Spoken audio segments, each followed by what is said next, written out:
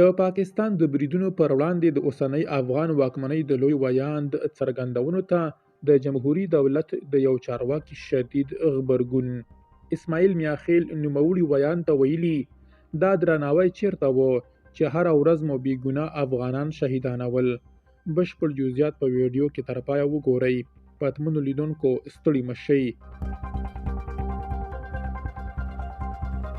د جمهوریت نظام د افغانستان د ملي راډیو او تلویزیون پخوانی رئیس اسماعیل میاخیل وایي د کابل اوسنۍ واکمنۍ له پاکستان سره د مذاکراتو د درناوي له امله د کندهار د بریدونو په ځواب کې له غبرګون څخه ډډه کوي، خو هغه د دغې ډلې دا دریځ تر پوښتنې لاندې راوستی دی.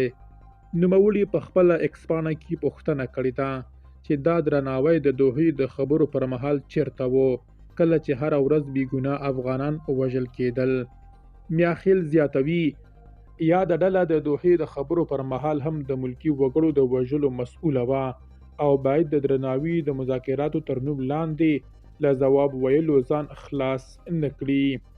هغه دا هم ویلي چې که نوموړې ډله رښتیا د سولې او اسلام پر ارزښتونو باور لري نو باید له افغان ولس سره د یوې رښتینې سولې پروسه پیل کړي، یعنی د استبداد او زور زیاتي پای ته رسول، د ښځو او نارینه‌و لپاره د انساني او اسلامي حقونو تضمین، د نجونو د ښوونځیو پرانیستل او د یو سوکاله او خپلواک افغانستان د جوړولو ژمنه کول.